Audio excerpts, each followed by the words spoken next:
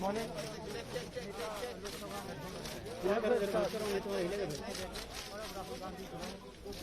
करते हैं, बहुत दूर खड़ा है, लॉक कर दूं? आपके माता पिता क्या करते हैं? गुलाम नबी साहब बहुत दूर खड़े हैं। आप एग्रीकल्चर फार्मर थी, अब आप जर्नलिस्ट है ना, तो आप जानते हो कि आपके फादर ने इन्वेस्टमेंट किया या नहीं? अरे मैं आपसे पूछ रहा हूँ, आप देश की महिला हैं। ठीक है, ठीक है। आपके पिता ने इन्वेस्टमेंट किया ना? मदर फार्मर है, उन्होंने इन्वेस्टमेंट किया ना? किसके लिए इन्वेस्टमेंट किया? क्या इन 2-3 लोगों के लिए इन्वेस्टमेंट किया, या आपके परिवार के लिए किया, आपके एजुकेशन के लिए किया, आपके स्वास्थ्य के लिए किया? आपके स्वास्थ्य के लिए किया, आपके एजुकेशन के लिए किया, मगर ये जो 2-3 बिजनेसमैन उनके लिए तो नहीं किया ना। तो सवाल यही है, इन्वेस्टमेंट कौन कर रहा है? आपके माता पिता ने किया, करोड़ों किसानों ने किया, और रिटर्न किसको मिल रहा है? 16 जी पूछना चाह रहे हैं कि क्या कांग्रेस की कोई रणनीति है इस बात को काउंटर करने के लिए, गांव तक जाना? काउंटर करने की जरूरत, काउंटर आप क्या बात कर रही हैं? काउंटर करने, आप क्या बात कर रही हैं काउंटर करने के? मतलब आपको ये नहीं मालूम कि अरे भाई आपको क्या, आप क्या हिंदुस्तान के किसान को बेवकूफ समझती हैं? तो फिर अगर आपको समझे तो उसको कैसे समझ नहीं है? अगर ये यहाँ पे लाखों लोग बैठे, हजारों लोग जो बैठे हैं दिल्ली के बाहर, क्या ये सुनिए, ये जो लाखों लोग आए, क्या ये मिठाई खाने आए? क्या इनको समझ नहीं क्या हो रहा है? इनको समझ नहीं क्या हो रहा है? इनको मालूम है, क्लियरली मालूम है, इनको मालूम है नरेंद्र मोदी चोरी कर रहा है।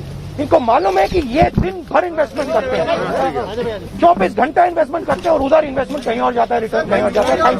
ले भाई, ले तेरा काम हो गया, बैठ रहे ना, चलो जाने दो यार, लाइव है, बैठो, बैठ गया भाई, बैठ गया।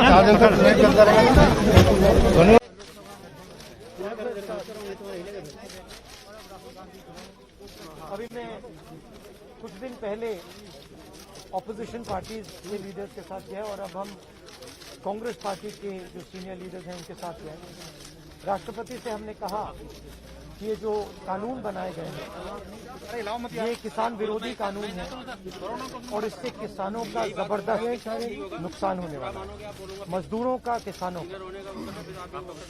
सरकार ने कहा था कि ये कानून किसान के फायदे के हैं, और देश को दिख रहा है कि किसान कानून के खिलाफ खड़ा हुआ है। और मैं प्रधानमंत्री जी से कहना चाहता हूं कि ये किसान हटेगा नहीं। प्रधानमंत्री को ये नहीं सोचना चाहिए कि किसान और मजदूर घर चले जाएंगे, नहीं जाएंगे जब तक ये कानून वापस नहीं लिया जाएगा। ज्वाइंट सेशन कीजिए और कानून को एकदम वापस लीजिए, क्योंकि किसान वापस नहीं जाने वाला है। और हम सब, विपक्ष की सब पार्टियां किसानों के साथ, मजदूरों के साथ खड़े हैं और खड़े रहेंगे। जिस प्रकार से ये कानून पास किया गया वो भी बिल्कुल गलत था। बिना डिबेट किए, बिना किसानों से चर्चा किए, बिना मजदूरों से पूछे ये कानून ऊपर से थोप दिए गए, और इन कानूनों को हटाना ही पड़ेगा, विद्रॉ करना ही पड़ेगा। अच्छा गजेंद्र,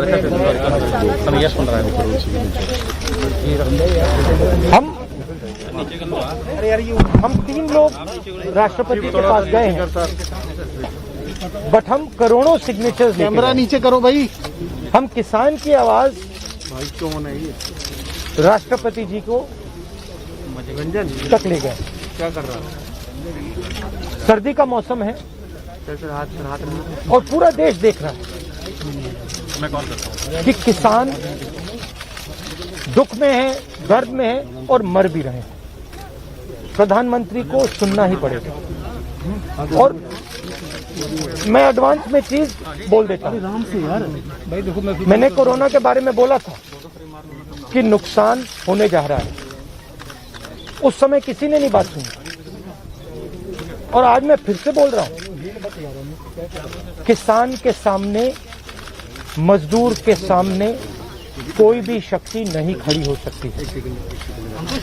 अगर प्रधानमंत्री जी ने कानून वापस नहीं लिए, सिर्फ बीजेपी को नहीं, सिर्फ आरएसएस को नहीं, देश को नुकसान होने जा रहा है। राहुल जी, बार-बार बीजेपी की तरफ से कहा जा रहा है कि जो किसान बैठे हैं ये नक्सल हैं, खालिस्तान हैं, विपक्ष इन्हें बरगला रहा है, इस तरह के आरोप लग रहे हैं। देखिए, बीजेपी नरेंद्र मोदी जी का एक ही लक्ष्य है और वो किसान समझ गया है, मजदूर समझ गया है। लक्ष्य है कि उनके आसपास जो 2, 3, 4 बड़े क्रोनी कैपिटलिस्ट हैं, उनके लिए पैसे बनाने का काम नरेंद्र मोदी जी करते हैं। जो भी नरेंद्र मोदी जी के खिलाफ खड़े होते हैं वो उनके बारे में कुछ ना कुछ गलत बोलते रहते हैं। किसान खड़े हो जाएंगे तो किसान को आतंकवादी बोलेंगे, मजदूर खड़े हो जाएंगे तो मजदूर को आतंकवादी बोलेंगे। एक दिन अगर मोहन भगवत खड़े हो गए तो कहेंगे ये भी आतंकवादी। मतलब जो भी नरेंद्र मोदी जी से सत्ता लेने की कोशिश करेगा वो आतंकवादी। और नरेंद्र मोदी किसके लिए काम कर रहे हैं वो मैंने आपको बता दिया। उनके 2-3 आसपास के क्रोनी कैपिटलिस्ट हैं जिनको वो पूरा का पूरा हिंदुस्तान पकड़ा है।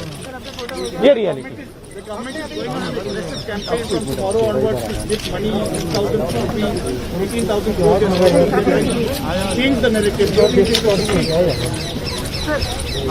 Look, the point is, it's a very simple thing. कसम से नहीं हुआ अभी काम। There are millions of people who live off our agricultural system. Large percentage of our people live off our agricultural system. These are laborers, they are farmers, they are small traders. These are these people. And they are the backbone of the country. Now, we understand that agriculture has to be reformed. What we are saying is that if you destroy this system, these millions of people will have nothing to do. They will not be able to feed themselves. And you will create massive destruction, massive pain in the country. Why is the Prime Minister doing this? It is a very simple calculation. The Prime Minister is doing this because he wants to help 2 or 3 business people. He does not care what happens to these people. He will construct whatever narrative he has to construct to make sure that the wealth transfer that is taking place to 3 or 4 people continues. He will call people terrorists. He will call people anti-nationals. He will call people criminals. He will do whatever he has to do to transfer the wealth from these people, the backbone of this country, to those people. 3 or 4 of them, 5 of them. That's the crux. And we are fighting this. We are saying that in India, where you have destroyed the agricultural system, will not function. Just like I said, take Corona seriously. Corona is going to kill people in massive numbers if you do not act. At that time they said, scaremongering. Now they're not saying scaremongering. When I suggested to the Prime Minister that do not do this in a centralized way, give power to the chief ministers, he didn't do it. He caused thousands and thousands of people to die because he didn't do it. And then afterwards, after I said it in the press conference, he did it. So the point is, you have an incompetent man who is controlled by certain other people. This is what India has to understand. This is what all youngsters have to understand. You have an incompetent man who doesn't understand anything, running a system on the behalf of 3 or 4 other people who understand everything. And their aim is to take huge amounts of money from the poor people of India and put it in their pocket. And that is what we are fighting. And frankly, it doesn't matter what you think right now, because all of you will face it. There's not going to be a single person in this country who's not going to face it. If you're a farmer, you will face it. You're a small businessman, you will face it. You're a journalist, you will face it. This is an assault on the idea of India. That is why we're standing here. That is why I've gone to the president. That is why we signed these forms. You posted a tweet about Vaidat yesterday about a family which was struggling while doing their farming.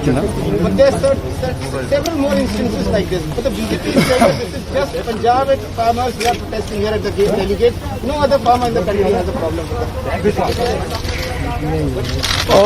That's just not true.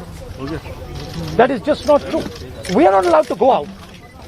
We are not allowed to go out of the ICC office. The police stops us from going out. Why don't you let us go out? Why don't you let me go and tour in the states? See what happens. Every single farmer of this country, every single labor of this country stand up. But आप police लगवाते हो, हाथरस जाते हो, arrest करते हो, तो AIC से हमारे MP को बाहर नहीं निकलने देते हो और फिर कहते हो कि भैया मतलब सब कुछ ठीक है. और prime minister needs to realise that there is a limit to this. आपने थोड़ा सा करना है, आपने 2-3 लोगों की मदद करनी है, थोड़ा सा करना है, आप कर सकते हो. बट जिस प्रकार से नरेंद्र मोदी कर रहे हैं, मैं फिर से दोहरा रहा हूं, हिंदुस्तान के किसी भी युवा को रोजगार नहीं मिलेगा. सारे छोटे बिजनेस, सारे मिडिल साइज बिजनेस खत्म हो जाएंगे. और दूसरी बात याद रखिए, जिस चीज को आप सब भूल गए हैं, चाइना बॉर्डर पे बैठा है. चाइना ने हिंदुस्तान की हजारों किलोमीटर जमीन छीन ली है. प्रधानमंत्री उनके बारे में क्यों नहीं कहते? आगे चलिए है ना, उसके बारे में चुप क्यों है? तो मेरा कहना है कि पूरा का पूरा कॉम्बिनेशन बन रहा है. एक तरफ आप अपने सिस्टम को तोड़ रहे हो, आप अपने लोगों को लड़ा रहे हो, आप अपने किसान को मार रहे हो, मजदूर को मार रहे हो, और दूसरी तरफ बाहर से फोर्सेस देख रही हैं, कह रहे हैं कि बहुत अच्छा है, नरेंद्र मोदी हिंदुस्तान को कमजोर कर रहा है और हमारे लिए अच्छी अपॉर्चुनिटी बनने जा रही है. मैं देश को बता रहा हूं, मैं वार्निंग दे रहा हूं कि आप देखिए क्या हो रहा है. और मैं आपको भी कह रहा हूं, प्रेस वालों को भी कह रहा हूं, मैं समझता हूं कि आपको सैलरी मिलती है और आपके लिए बहुत मुश्किल है, मैं समझता हूं बात, इसलिए आप नहीं कह पाते हो जो आपको कहना है. जी जी बिल्कुल ठीक है. मगर आपके देश को, हमारे देश को बहुत जबरदस्त नुकसान होने वाला है. बहुत डेंजरस रास्ते पर ये देश चल रहा है, ये मैंने कहना. कांग्रेस के नेताओं को डिटेन कर लिया गया है. आप लोग मार्च में यहाँ पर आ रहे थे, अभी जो है कांग्रेस के तमाम एमपी को डिटेन कर लिया है. वो तो तरीका है इनका, तरीका है डिटेन करना, मारना पीटना, ये इनका तरीका है. बट हम नहीं करते. ये आप किस देश की बात कर रहे हो? ये कौन सी देश की बात कर रहे हो? डेमोक्रेसी या मतलब कौन से देश की बात कर रहे हो? इंडिया की बात कर रहे हो? इंडिया में कोई डेमोक्रेसी नहीं है. डेमोक्रेसी इंडिया में ये मतलब आपके इमेजिनेशन में हो सकती है, मगर रियलिटी में है नहीं. Thank you. गुलाम नबी कुछ नहीं, आप कुछ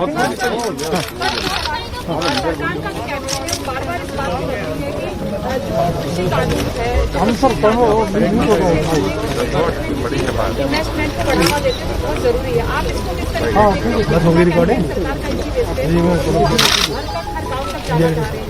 सवाल ये है, इन्वेस्टमेंट कौन करेगा और इन्वेस्टमेंट का फायदा किसको मिलेगा? सवाल ये है. नहीं सुनिए, सवाल ये है कि हिंदुस्तान के एग्रीकल्चरल सिस्टम में कौन इन्वेस्ट करेगा और कौन पैसा बनाएगा? हिंदुस्तान के एग्रीकल्चरल सिस्टम में आज तक किसान ने इन्वेस्टमेंट किया है, मजदूर ने इन्वेस्टमेंट किया है.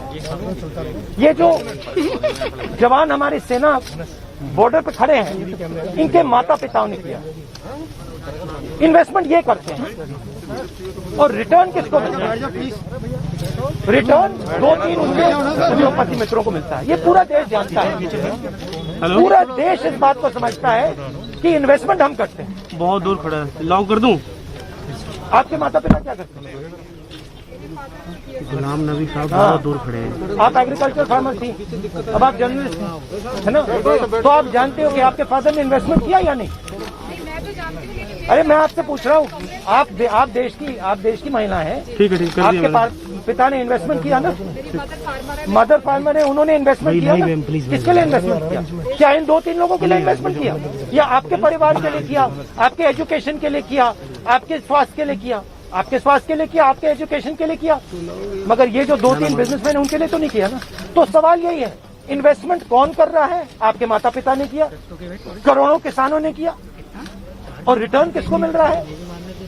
यही हम पूछना चाह रहे हैं कि क्या कांग्रेस की कोई रणनीति है इस बात को काउंटर करने के लिए गांव तक जाना? काउंटर करने की जरूरत, काउंटर आप क्या बात कर रही हैं काउंटर करने, आप क्या बात कर रही हैं काउंटर करने के, मतलब आपको ये नहीं मालूम कि अरे भाई आपको क्या आप क्या हिंदुस्तान के किसान को बेवकूफ समझती हैं? तो फिर अगर आपको समझे तो उसको कैसे समझ नहीं है? अगर ये यहाँ पे लाखों लोग हजारों लोग जो बैठे हैं दिल्ली के बाहर, क्या ये सुनिए ये जो लाखों लोग आए क्या ये मिठाई खाने आए? क्या इनको समझ नहीं क्या हो रहा है? इनको समझ नहीं क्या हो रहा है? इनको मालूम है, क्लियरली मालूम है, इनको मालूम है नरेंद्र मोदी चोरी कर रहा है, इनको मालूम है कि ये दिन भर इन्वेस्टमेंट करते हैं, 24 घंटा इन्वेस्टमेंट करते हैं और उधर इन्वेस्टमेंट कहीं और जाता है, रिटर्न कहीं और जाता है। ले भाई ले तेरा काम हो गया, बैठ रहे ना, चलो जाने दो यार, लाइव पे बैठो, बैठ गया भाई, बैठ गया।